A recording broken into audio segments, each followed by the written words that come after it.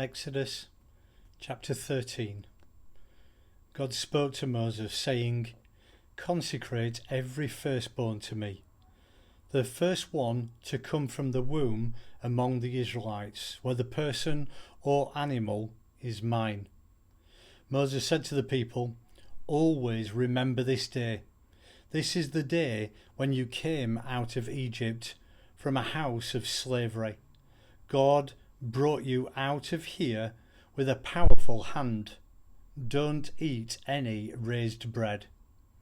You are leaving in the spring month of Abib, when God brings you into the land of the Canaanite, the Hittite, the Amorite, the Hivite, and the Jebusite, which he promised to your fathers to give you, a land lavish with milk and honey.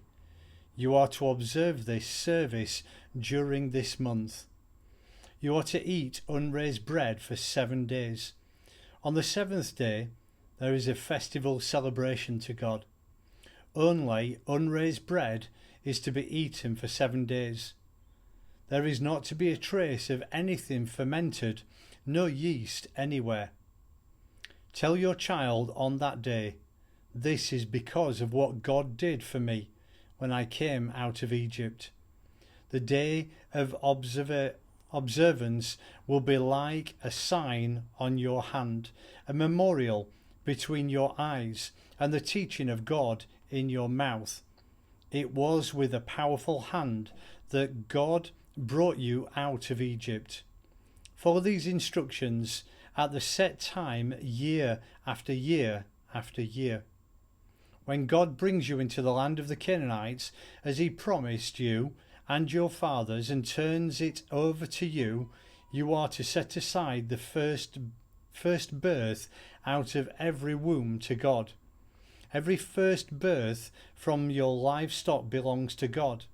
You can redeem every first birth of a donkey if you want to be substituting a lamb. If you decide not to redeem it, you must break its neck. Redeem every firstborn child among your sons. When the time comes and your son asks you, "What does this mean?" you tell him, "God brought us out of Egypt, out of a house of slavery, with a powerful hand. When Pharaoh stubbornly refused to let us go, God killed every firstborn in Egypt, the firstborn of both humans and animals. That's why I make a sacrifice for every first male birth from the womb to God and redeem every firstborn son." The observance functions like a sign on your hands or a symbol in the middle of your forehead. God brought us out of Egypt with a powerful hand. It so happened that after Pharaoh released the people, God didn't lead them by the road through the land of the Philistines, which was the shortest route, for God thought, if the people encounter war, they'll change their minds and go back to Egypt. So God led the people on the wilderness road, looping around the Red Sea. The Israelites left Egypt in military formation. Moses took the bones of Joseph with him, for Joseph had made the Israelites solemnly swear to do it, saying, "God will surely hold you accountable, so make sure you bring my bones from here with you." They moved on from Succoth and then camped at Etham at the edge of the wilderness.